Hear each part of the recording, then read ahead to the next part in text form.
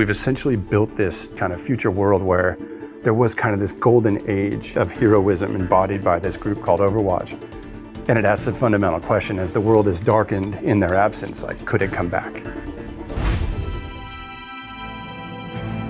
The backstory to the Overwatch universe, at least the period of time in which we're representing Overwatch, is at a crux, almost like an identity crisis for the group itself. So previously, there had been a conflict, like a worldwide conflict that had taken place, where a group called the Omnics, which are in essence robots, had risen up and kind of gone to war with humanity.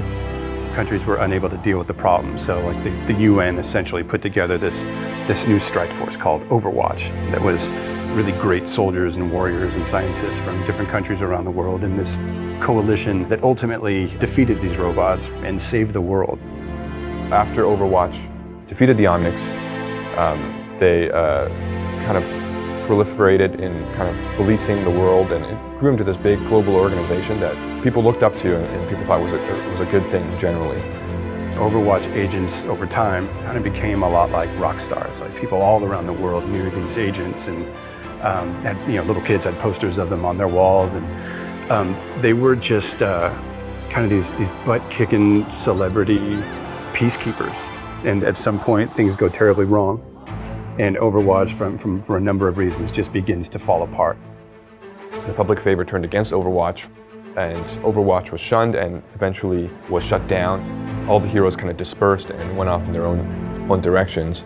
And that's the point at which Overwatch, the game, sort of starts. You have all of these heroes, in essence, who are not allowed to be heroes together, but are still trying to be heroes together. Winston? So the thing that drives a character's development, it's unique for every character. Some characters started out with a piece of concept art. Some things were more mechanic driven. Some things start as just like an idea. It's like, hey, what would a cybernetic monk be like? And that's the great thing about having 21 heroes in the lineup with all these different backgrounds, looks, gameplays. There's something there. There's a hero for everyone. We locked in pretty early on wanting to be very inclusive with the game. Since it's based on Earth, we want it to feel like it's a wide, exotic cast of characters from all over the world. Obviously, gender's there, race is there, nationality's there. There's good guys and bad guys and questionable people in between. So to us, it's not about capturing everybody, but giving everybody hope that they belong. You have like Soldier 76, he used to be called Jack Morrison. There's a counterpart, Gabriel Reyes. Guys like Reinhardt, Torbjorn, Mercy. I think a lot of the variance in the hero lineup comes from the way that the heroes are designed.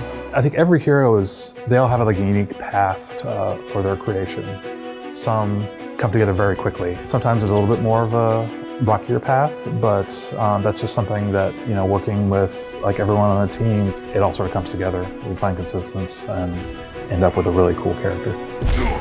The hero Farah was originally called Rocket Dude. He had these great gameplay mechanics that we knew would just gel really well, and later Chris and Michael Chu layered in their story on top of it, and Arnold just drew this amazing character. We switched it to female.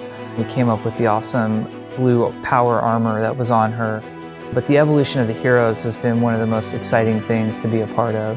You have characters like Roadhog, for instance, a Blizzard staple type of character. We had the big dude with a hook. And it was interesting to see Roadhog and Junkrat come together. They weren't designed as a duo, but that's when it all kind of clicked. The best character in Overwatch is the one that you, the player, have an immediate emotional response to.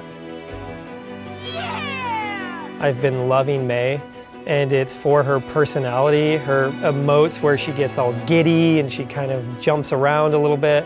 And she has some hilarious voice lines where she's saying, I'm sorry. I really like the design of Zarya's weapon, the way she can absorb energy and kind of dish it back out. But not only that, I love her visual design as well.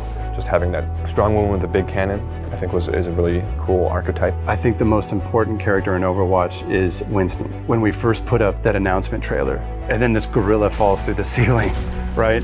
It starts talking and, enjoying the exhibit, or whatever it was. It's just, okay, they're running with giant intelligent gorillas. All bets are off, and indeed they are. If these heroes can inspire people, or if we can have a hero that connects with everybody, I think that's what is really important.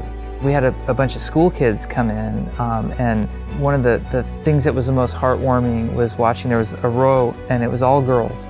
The 6 of them all picked d.va at the same time. They're not picking heroes based on knowledge of the game, or they've read on the internet that this guy's better than that guy. They're having a pure emotional response to a hero. And they just said, like, look at how cool she is. I get to drive a giant robot and it's pink.